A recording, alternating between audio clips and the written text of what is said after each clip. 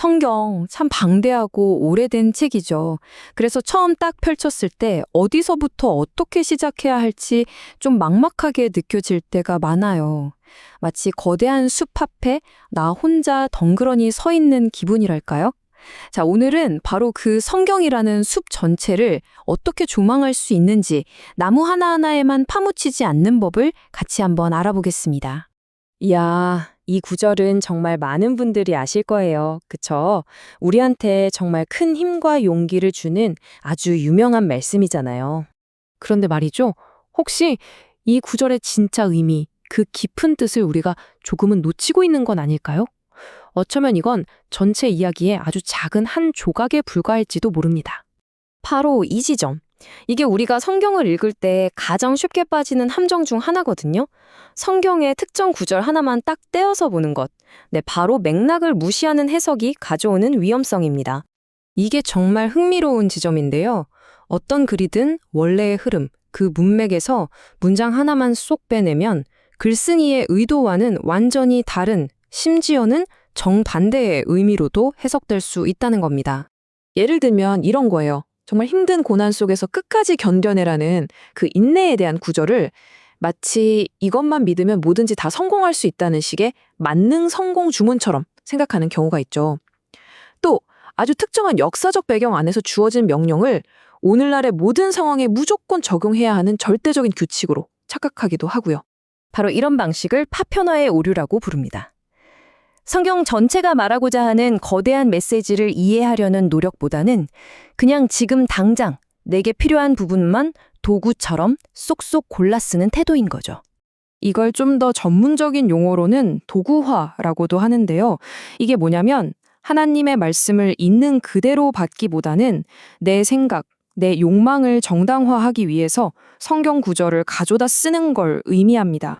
결국 이런 접근은 성경이라는 그 위대한 이야기를 그냥 좋은 글귀 몇 개 모아놓은 명언 모음집 수준으로 만들어버리는 거예요. 이야기의 진짜 감동과 깊이를 완전히 놓쳐버리는 거죠. 자, 그리고 이 파편화의 오류는요, 또 다른 아주 큰 실수로 이어지기 쉬워요. 바로 성경의 두 부분, 구약과 신약을 완전히 별개의 이야기처럼 분리해서 생각하는 겁니다. 이건 마치 약속 따로, 그 약속의 성취 따로 떼어놓고 보는 것과 똑같아요. 여기서 우리가 진짜 꼭 기억해야 할 게 있는데요. 구약과 신약은 절대 다른 책이 아니라는 거예요. 오히려 하나님의 구원이라는 단 하나의 거대한 이야기의 일부와 이부, 이렇게 봐야 합니다.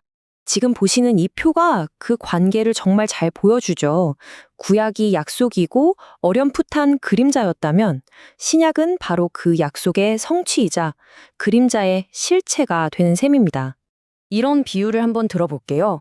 우리가 바닥에 있는 그림자만 보고 그 그림자를 만든 진짜 물체가 뭔지 모른다고 상상해보세요. 그럼 그 그림자를 제대로 이해할 수 있을까요? 당연히 없겠죠. 구약과 신약의 관계가 바로 이렇습니다. 서로가 있어야만 비로소 완전한 의미를 갖게 되는 거죠. 자, 그럼 어떻게 해야 할까요? 지금까지 문제점들을 쭉 살펴봤으니 이제 그 강력한 해결책으로 한번 넘어가 보죠. 바로 숲 전체를 보는 것, 통전적 관점이 가진 힘입니다. 다시 맨 처음의 비유로 돌아가 볼까요?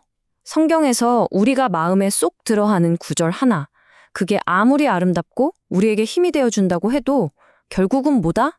네, 숲속의 나무 한 그루일 뿐이라는 겁니다. 그럼 그 나무의 진짜 의미와 역할은 언제 알 수 있을까요? 바로 숲이라는 전체 안에서 다른 나무들과 어떻게 연결되고 어우러져 있는지를 볼 때 비로소 명확해지는 거죠. 여기서 숲은 당연히 성경 전체를 의미하고요. 결국 핵심은 딱 하나입니다. 창세기부터 요한계시록까지 성경은요, 그냥 제각각인 책들을 묶어놓은 게 절대 아니에요. 오히려 하나님의 구원 계획이라는 단 하나의 주제를 향해 달려가는 거대하고 웅장한 이야기인 겁니다. 아니, 근데 이런 관점이 왜 그렇게까지 중요할까요? 이게 그냥 뭐 성경 공부 잘하는 법, 이런 학문적인 차원의 이야기가 아니거든요. 이건 우리의 신앙을 지키는 가장 안전한 길과 아주 직접적으로 연결되어 있습니다. 성경을 이렇게 하나의 숲으로 보게 되면 우리는 적어도 세 가지의 정말 중요한 유익을 얻을 수 있어요. 첫째, 내 입맛대로 내 편견대로 성경을 해석하려는 유혹에서 벗어날 수 있고요. 둘째, 성경의 일부만 가지고 전체인 것처럼 말하는 위험한 가르침으로부터 우리 자신을 지킬 수 있습니다. 그리고 가장 중요한 건 기록된 말씀을 통해 우리에게 말씀하시는 하나님의 온전한 뜻을 더 깊고 풍성하게 발견하게 된다는 거죠. 그러니까 꼭 기억하세요. 성경을 하나의 통일된 이야기로 보는 이 통전적인 관점이야말로 성경을 이해하는 가장 안전하면서도 동시에 가장 올바른 길입니다. 오늘 제가 드린 말씀 중에서 다른 건 다 잊으셔도 괜찮습니다.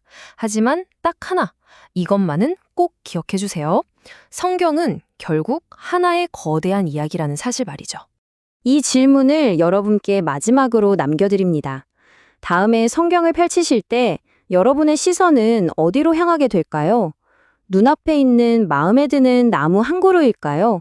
아니면 그 나무를 품고 있는 저 너머의 장엄한 숲 전체일까요?